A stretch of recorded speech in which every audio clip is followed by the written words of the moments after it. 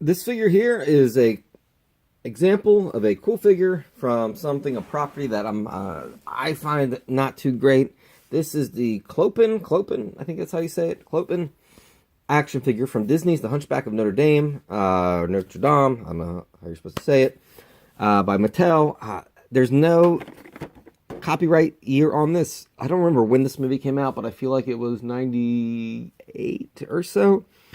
To me, this was kind of not one of Disney's best films. Never saw it initially. The first time I watched it was maybe last year with my daughter, and wasn't digging it too much. My girlfriend really likes it.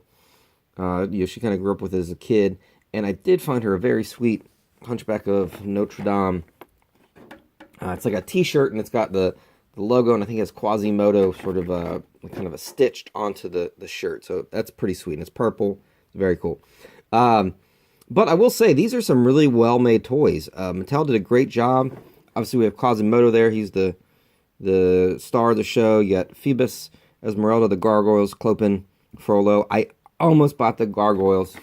But you can see this came from the Ohio Valley Antique Mall, which if you're ever in the Cincinnati area, I would strongly recommend you check out. It's one of my favorite places. It's on Route 4 in Fairfield. And I got it for $3. They had the Gargoyles. I think they were a little bit more. They're cool, but I bought a few things that day, and I wanted to save some money. So every little dollar here and there adds up. So this was marked down from $4.99 to 3 for $10 at KB Toys. But initially, and this is one thing I do like when I open toys, is peeling off the price tags to see what they originally went for and all the different markdowns. And this one, originally, it's kind of hard to see it to hold up to the light. That's weird. It does have a $4.99 tag, and then $3.99, and then 3 for $10. So initially not too expensive, but lots of detail to this figure, lots of accessories, and you see that with some of these other guys here on the back. But I'm going to stop talking. I'm going to open this up. I don't remember this character being really a major player in the film, so a bit of a deep cut. But I guess if you were a kid and you liked this movie when this came out, you wanted to get the whole set, maybe recreate it. So, got a mask in here.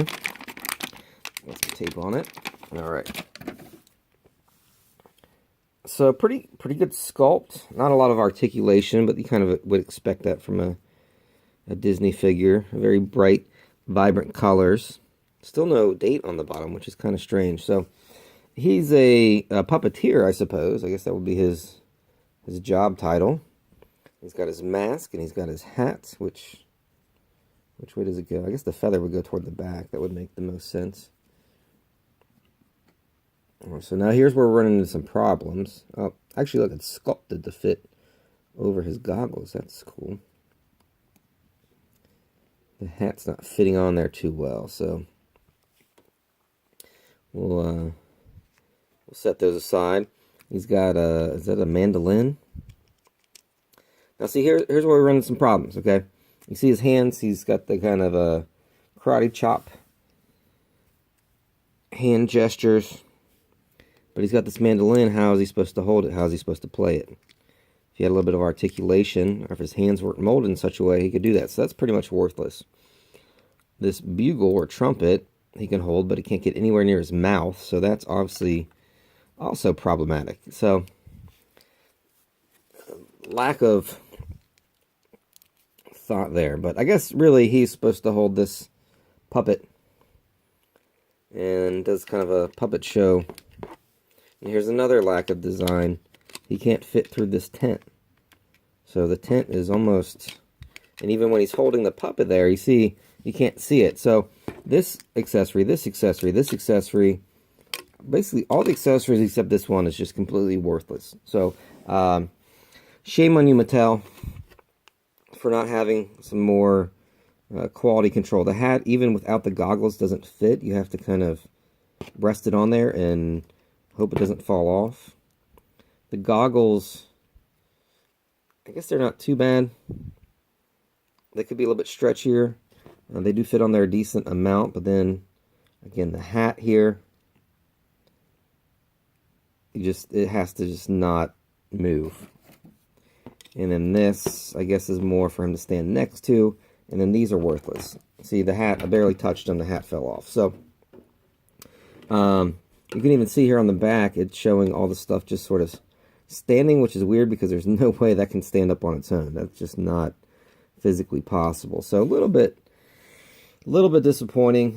You know, and the kids, obviously, you're not going to get 35-year-old grown men. At least I hope you weren't getting 35-year-old grown men buying this when it came out. I mean, maybe for the kids, but not for them to open in front of their vintage G.I. Joe nearly complete Terrordrome.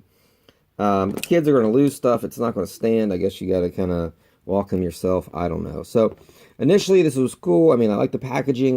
The back is very simple. Shows them very well. Card art, you know, pretty decent. Shows the character there. No fuss.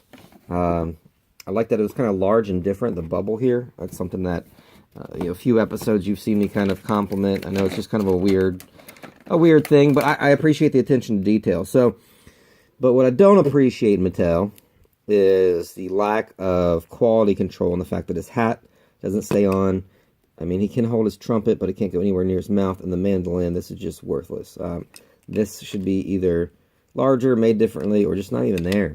So, decent figure. The accessories look cool for the most part, but in a practical manner, doesn't work. And one of the things, you know, and I'm trying to stand on carpet, so that's always a problem. Let's see if he'll stand over here.